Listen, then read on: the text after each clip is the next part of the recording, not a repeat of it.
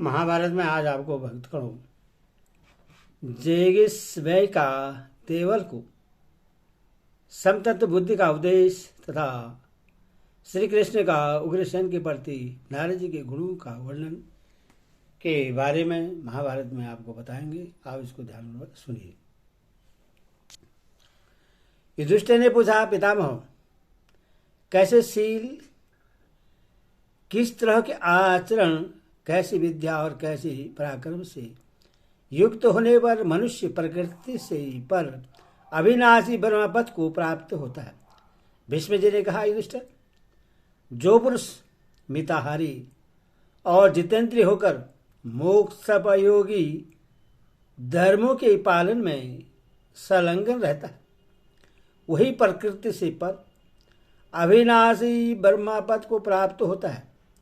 इस विषय में जेगिस्वय मुनि और असित देवल की संवाद रूप एक प्राचीन इतिहास का उदाहरण दिया जाता है।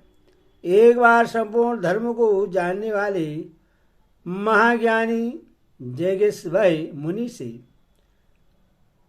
असित देवल ने इस प्रकार पूछा, मुनिवर, यदि आपको कोई प्रणाम करे तो आप अधिक प्रश्न नहीं होते और निंदा करे तो भी उस पर क्रोध नहीं करते।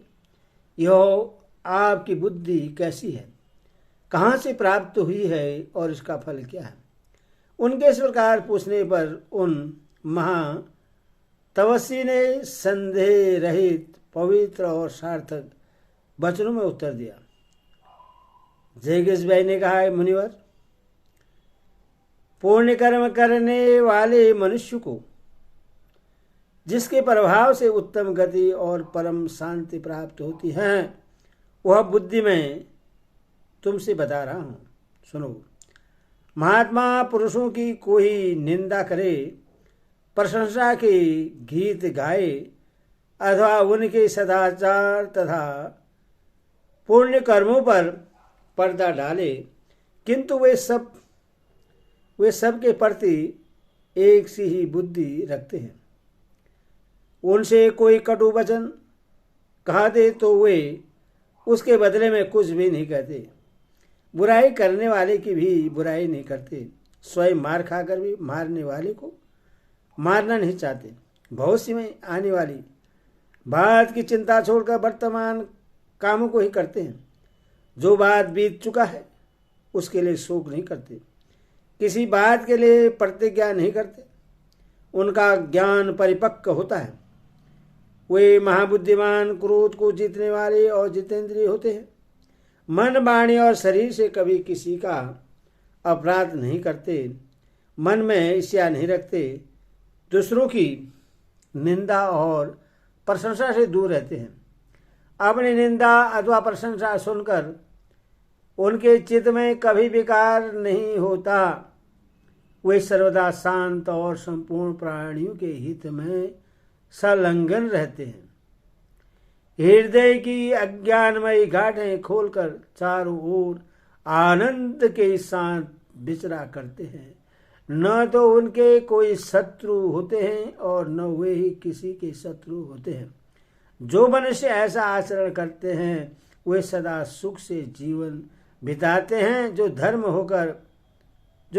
होकर धर्म के अनुसार चलते हैं वे सुखी होते हैं, तथा जो धर्म मार्ग से भ्रष्ट हो जाते हैं उन्हें सदा दुख उठाना पड़ता है।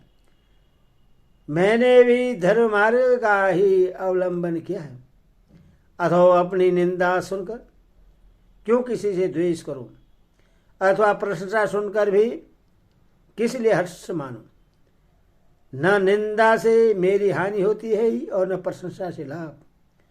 तत्ववेता को चाहिए कि अपमान को अमृत के समान समझकर उससे संतुष्ट हो और सम्मान को विस्तुल्य जानकर उससे डरता रहे। निर्दोष महात्मा पुरुष अपमानित होने पर भी इस लोक और परलोक में सुख से सोते हैं, परंतु उनका अपमान करने वाला मनुष्य अपने ही अपराध से मारा जाता है। जो बुद्धिमान उत्तम गति प्राप्त करना चाहते हैं वे इस व्रत का आचरण करके सुखी होते हैं और इंद्रियों को अपने अधीन करके अविनाशी ब्रह्मपद को प्राप्त कर लेते हैं। उन्हें जो गति प्राप्त होती है वह देवता, गंधर्व, पिशाच और राक्षसों के लिए भी दुर्लभ है। युधिष्ठिर ने पूछा, पितामह, संसार में कौन मनुष्य सब लोगों का प्रिय और समस्त गुणों से युक्त है? भीष्म जी ने कहा, युधिष्ठिर, तुम्हारे इस प्रश्न के उत्तर में मैं श्री कृष्ण और उग्रसेन का संवाद सुनाता हूँ जो नारद जी के विषय में हुआ था। एक दिन उग्रसेन ने श्री कृष्ण से कहा, जनार्दन, सब लोग नारद जी के गुणों की प्रशंसा करते हैं, इससे जान पड़ता है वे बड़े गुणवान हैं। अतः तुम मुझसे उनके गुणों का वर्णन करो। श्री कृष्ण ने कहा, राजन सुनिए, मैं नारद जी के उत्तम गुणों को संक्षेप में बताता हूँ। वे जैसे विद्वान हैं वैसे ही सचरित्र भी हैं, किंतु अपनी सचरित्रता का उनके मन में तनिक भी अभिमान नहीं है, इसीलिए उनका सर्वस्व आदर होता है। नारद जी में असंतोष, क्रोध, चपलता और भय आदि दुर्गुण नहीं है। वे किसी कामना या लोभ के कारण अपनी बात नहीं पलटते अथवा सबके पूज्य हैं। अध्यात्म शास्त्र के विद्वान, समाशील, शक्तिवान, जितेंद्रीय, सरल और सत्यवादी होने के कारण उनकी सब जगह पूजा होती है। तेज, यश, बुद्धि, ज्ञान, विनय, उत्तम कुल और तपस्या में भी वे सबसे बड़े हुए हैं। उनका स्वभाव बहुत अच्छा है, वे सबका आदर करते हैं, पवित्र रहते हैं, अच्छी बातें कहते हैं तथा किसी से भी ईर्ष्या नहीं रखते। इन्हीं गुणों के कारण उनका सर्वस्व सम्मान होता है। वे सबकी भलाई करते हैं, उनके मन में जरा भी मैल नहीं है।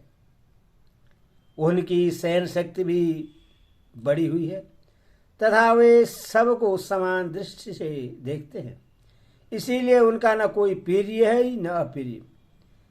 उन्हें अनेकों शास्त्रों का ज्ञान है और उनका कथा कहने का ढंग भी बड़ा विचित्र है। उनमें पूर्ण पंडित्य होने के साथ ही लालसा और सरलता का अभाव है। कृपणता, क्रोध और लोभ आदि दोष तो उन्हें छू भी नहीं गए हैं। मुझ में उनकी दृढ़ भक्ति है, उनका हृदय शुद्ध है, वे शास्त्रों के ज्ञाता, दयालु और मोह आदि दोषों से रहित हैं। उनकी बुद्धि में संदेह के लिए स्थान नहीं है, वे बड़े अच्छे वक्ता हैं। उनका मन विषय भोगों की ओर नहीं जाता, वे कभी अपनी प्रशंसा नहीं करते, ईर्ष्या से दूर रहते और मीठी वाणी बोलते हैं, इसलिए उनका सर्वस्व आदर होता है।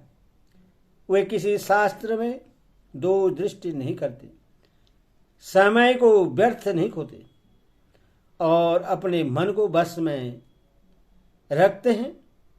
उनकी बुद्धि पवित्र है, उन्हें समाधि से कभी त्रिवृत्ति नहीं होती।